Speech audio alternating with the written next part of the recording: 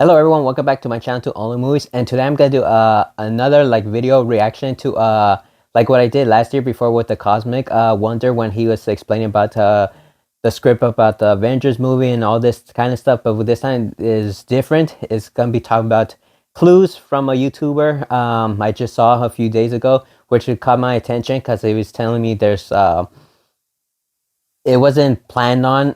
It was planned on before of Doctor Doom that Tony Stark is the variant for Doctor Doom, and he figured out like little clues and stuff, and it's like seems really interesting. So we're gonna watch it, and then I'm gonna give you my thoughts and reviews between each videos and stuff. And while I'm doing that, I'm gonna be eating my food as well, like always. So I'm gonna be nice and relaxed in my comfy bed, now in my chair and stuff. So let's get started and watching this.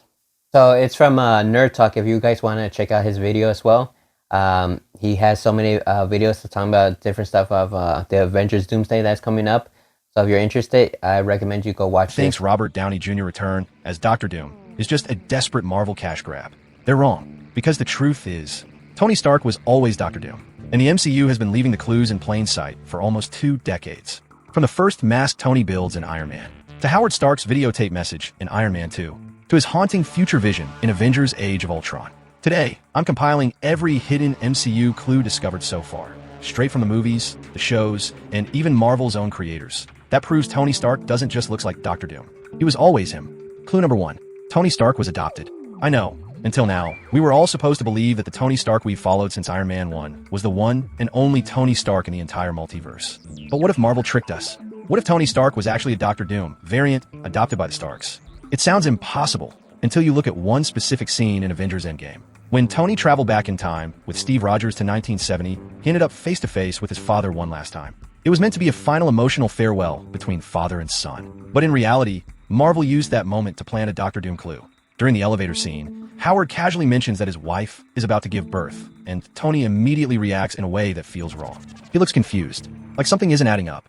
At first, it seems like nothing, but when I dug deeper into Tony Stark's timeline, I found something that changes everything. Tony and Howard's conversation in Endgame takes place on 4th of July, 1970. But according to Tony's official S.H.I.E.L.D. file shown in the Avengers.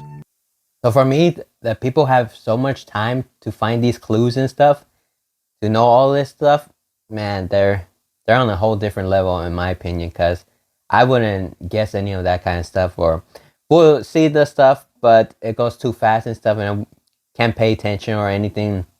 It's like, because these people read the comic and stuff and they'll know more about it, because like I said, he's this comic book accurate and stuff. For me, when hearing that that he's not Tony Stark, the actual Tony Howard Stark's son, I'm like, really? Why they gotta do that? Like, I love Tony Stark, I love his the character and all, but for them to say he's not really Howard Stark's son, he's adopted and all that, is a bit iffy for me, but will make sense for them to bring Doctor Doom. So let's continue on. His birthday is May 29th, 1970. That's almost 2 months later. And suddenly, Tony's reaction makes perfect sense. Howard tells Tony that Maria is about to give birth. But how is Maria about to give birth if Tony Stark was supposed to already have been born? Unless the child Howard Stark was waiting for wasn't Tony Stark. It was his real biological son, the one the world never even knew existed. And here's the wild part. This isn't just a fan theory. It's actual comic canon. In Marvel Comics, Tony Stark is canonically adopted. Howard Stark's real biological son wasn't Tony at all. It was Arno Stark. But the world never knew about his existence since Arno was born with a severe condition. To protect him, Howard hid him away in a secret facility, completely off the grid, where Arno spent most of his life. Heartbroken and unable to raise his biological son, Howard eventually adopted a child from another country and named him Tony Stark. With this idea in mind, suddenly, the MCU timeline error in Endgame makes a lot more sense. So the idea that Tony Stark isn't Howard's biological son? That's comic canon, the same source material the MCU constantly adapts. Now think about this. If this Tony doesn't share the Stark bloodline, and he has the exact face of the Doom we're about to see, then the most logical conclusion isn't that Marvel is desperate. It's that this Tony was never meant to just be Iron Man. He was a Doom variant raised as a Stark. And that even fixes a major loose end in the MCU's 616 timeline. When the MCU began, Marvel didn't have the rights to Doctor Doom, which is why we never heard of Latveria. But if Tony Stark was a Doom variant adopted by the Starks, it explains perfectly why Latveria never formed in the 616 timeline. And Tony Stark being a Doom variant isn't even far-fetched when you consider his personality. His ego, the superiority complex, the belief that only he can save the world, the obsession with control. That's not just Iron Man. That's Doom energy with a different moral compass. But the moment that truly sells this idea is Howard Stark's videotape message to Tony in Iron Man 2. While Howard is talking to the camera, little Tony wanders into the background, and Howard treats him poorly, cold, distant. And that part isn't even surprising. We always knew Tony resented his father for never being affectionate, never being present. The surprising part is that we might finally understand why. Because if Tony Stark really was adopted, then Howard's distance suddenly makes more sense. Tony was a constant reminder of the son he lost. But the crazier part comes next. When kid Tony finally leaves the frame, Howard delivers the line that changes everything. You are my greatest creation. Not my son, not my pride, but creation, as if he wasn't talking to a child, but to a prototype. And this is where everything starts lining up. Why would Howard call his son a creation, like he's describing a machine instead of a human being?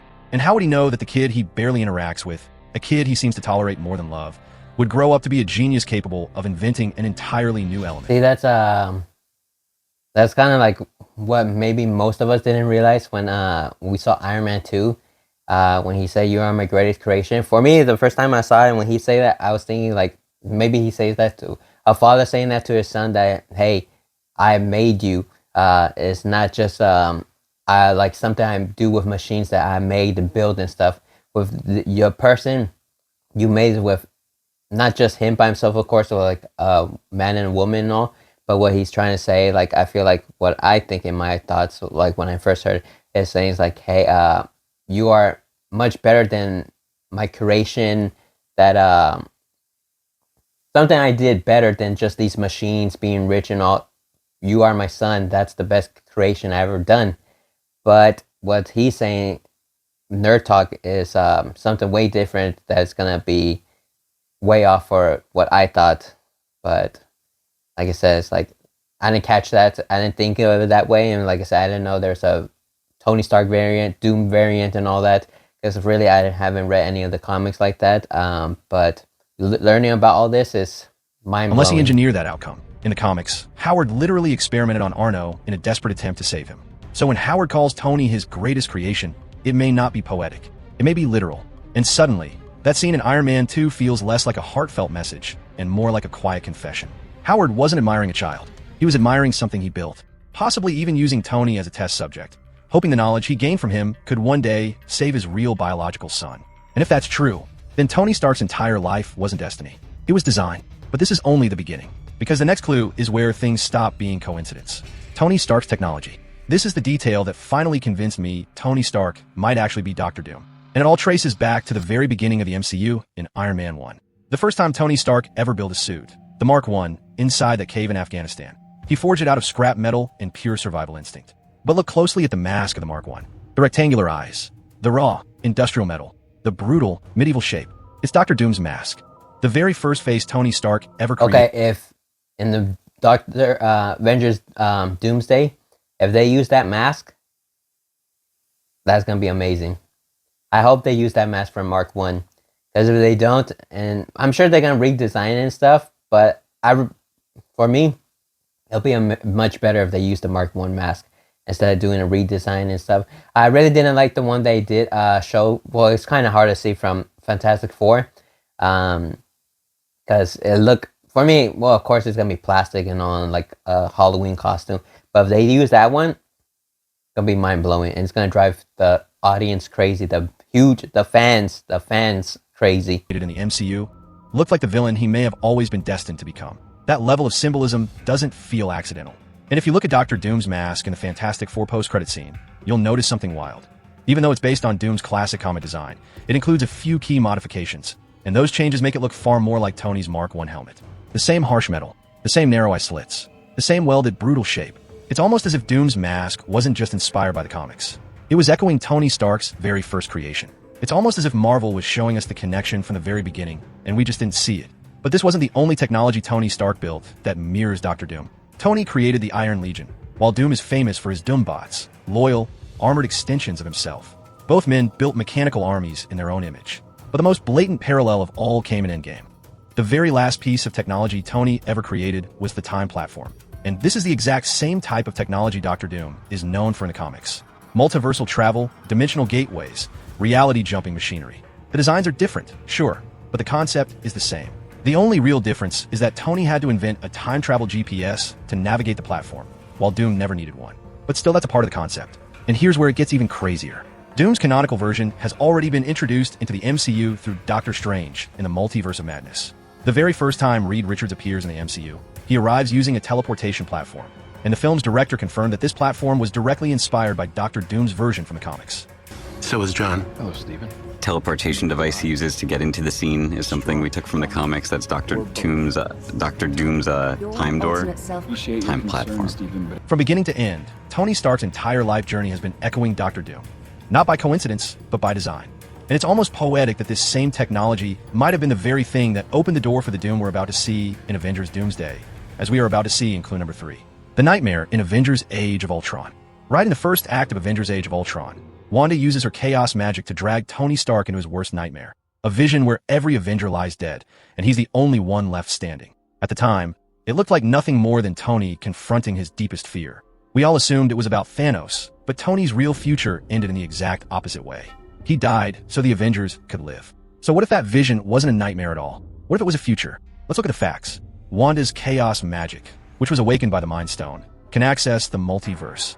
And Tony wasn't the only Avenger whose mind she touched. She did it to Black Widow, Thor, and Captain America. And the wild part is that every single one of their visions eventually came true.